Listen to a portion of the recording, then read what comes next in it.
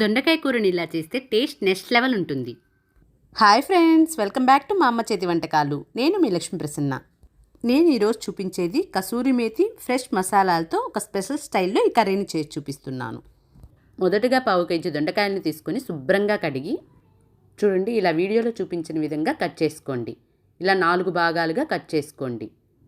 మొత్తం కట్ చేయకుండా చివరి కొంచెం ఉంచి ఇలా కట్ చేసుకోండి. చూడండి, ఈ విధంగా కట్ చేసి తీసుకోండి. అన్ని దొండకాయలను కూడా ఈ విధంగా కట్ చేసుకొని ఇలా తడి లేకుండా తుడుచుకోండి. ఇప్పుడు ప్యాన్లోకి కొద్దిగా ఆయిల్ని వేసుకొని ఆయిల్ని వేడి చేసుకుందాము. ఆయిల్ వేడైన తర్వాత ఇప్పుడు ఈ దొండకాయలను వేసుకొని ఫ్రై చేసుకుందాము. 2-3 నిమిషాలు హై ఫ్లేమ్లో వేయించి ఫ్లేమ్ని లోలో పెట్టి దీనిపై మూత పెట్టి మగ్గించండి. మధ్య మధ్యలో మూత తీసి కలుపుకుంటూ మగ్గించుకోండి. చూడండి, దొండకాయలు ఈ విధంగా వేగిన తర్వాత తీసి ఒక ప్లేట్లోకి ట్రాన్స్ఫర్ చేసుకోండి. ఇలా మనం ఆయిల్లో ఫ్రై చేసి పక్కన పెట్టుకోవడం వలన కూరకి మంచి టేస్ట్ అండ్ టెక్స్చర్ వస్తుంది. ఇప్పుడు 2 ఉల్లిపాయలను 2 టమోటాలను తీసుకొని ఇలా ముక్కలుగా కట్ చేసుకొని నేను ఇక్కడ సన్నగా చాప్ చేసుకోవడం కోసం ఇలా చాపర్లో వేసుకొని చాప్ చేసుకుంటున్నాను. చూడండి, ఈ విధంగా చాప్ చేసుకుంటే బాగా సన్నగా వస్తాయి. చూడండి, అన్ని ఉల్లిపాయ ముక్కలను కూడా ఈ విధంగా సన్నగా చాప్ చేసి తీసుకోండి. అలాగే టమోటాలను కూడా ఇలా కట్ చేసుకొని ఇలా సన్నగా చాప్ చేసి తీసుకోండి. చూడండి, ఈ విధంగా అన్నీ చాప్ చేసుకొని పక్కన పెట్టుకోండి. ఇప్పుడు మనం ఇందాక దొండకాయలు వేయించుకున్నాం కదా, ఆ ఆయిల్లో నుండి కొంత ఆయిల్ని తీసి పక్కన పెట్టుకొని కొద్దిగా ఆయిల్ని ఉంచుకొని ఆయిల్ని వేడి చేయండి. ఆయిల్ వేడైన తర్వాత జీలకర్ర ఆవాలను వేసుకొని వేగనివ్వండి. ఇవి వేగిన తర్వాత మనం సన్నగా చాప్ చేసి పెట్టిన ఉల్లిపాయ ముక్కలను వేసుకొని వేయించుకుందాము. ఇవి గోల్డెన్ బ్రౌన్ కలర్ వచ్చే వరకు వేయించుకోవాలి. చూడండి, ఉల్లిపాయ ముక్కలు ఈ విధంగా వేగిన తర్వాత ఇప్పుడు ఇందులోకి ఫ్రెష్గా దంచిన అల్లం వెల్లుల్లిని 1 స్పూన్ వేయండి. అలాగే బిర్యానీ ఆకును కూడా వేసుకోండి. అల్లం వెల్లుల్లి పచ్చివాసన పోయే వరకు బాగా వేయించాలి. ఇదే అసలు రుచికి సీక్రెట్.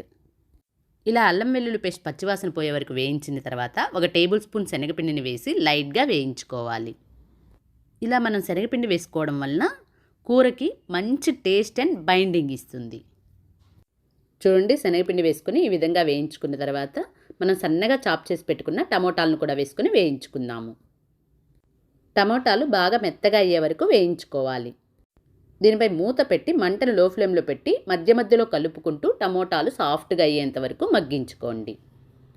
చూడండి, టమోటాలు కూడా ఇలా సాఫ్ట్గా మగ్గిన తర్వాత ఇప్పుడు ఇందులోకి రుచికి సరిపడా సాల్ట్ను, 1/2 టీ స్పూన్ పసుపును, 1 టీ స్పూన్ కారాన్ని, 1 టీ స్పూన్ ధనియాల పొడి, 1/2 టీ స్పూన్ వేయించి పొడి చేసిన జీలకర్ర పొడిని వేసుకోండి.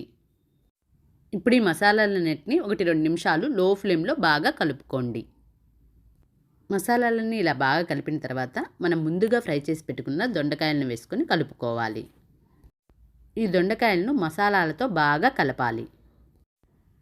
చూడండి, ఇలా ఆయిల్ రిలీజ్ అయ్యే వరకు బాగా కలుపుకోండి. ఇప్పుడు ఇందులోకి కసూరి మేతిని చేత్తో నలిపి ఇందులో వేస్తున్నాను. 1 టీ స్పూన్ వరకు వేసుకోండి. ఇది కూరకి సూపర్ ఫ్లేవర్ ఇస్తుంది. 1 నిమిషం పాటు ఇలా బాగా కలుపుకున్న తర్వాత ఒక చిన్న గ్లాస్ వాటర్ని వేసుకొని కలుపుకోండి. ఇప్పుడు దీనిపై మూత పెట్టి లో ఫ్లేమ్లో కుక్ చేయాలి. మసాలాలు ఈ దొండకాయలకు పట్టే వరకు ఉంచాలి. మధ్య మధ్యలో కలుపుకుంటూ ఉండండి. చివరిగా కొత్తిమీరని వేసుకొని కలుపుకోండి. ఇలా చివరిలో కొత్తిమీర వేసి మిక్స్ చేస్తే సూపర్ ఫ్రెష్ ఫ్లేవర్ వస్తుంది. చూడండి ఫ్రెండ్స్, ఈ దొండకాయ కూర రెడీ. అన్నంలోకి చపాతీలోకి పర్ఫెక్ట్ కాంబినేషన్. వీడియో నచ్చితే లైక్ చేయండి, సబ్స్క్రైబ్ చేయండి, షేర్ చేయడం మర్చిపోవద్దు. ట్రై చేసి ఎలా వచ్చిందో కామెంట్లో చెప్పండి. Thank you for watching.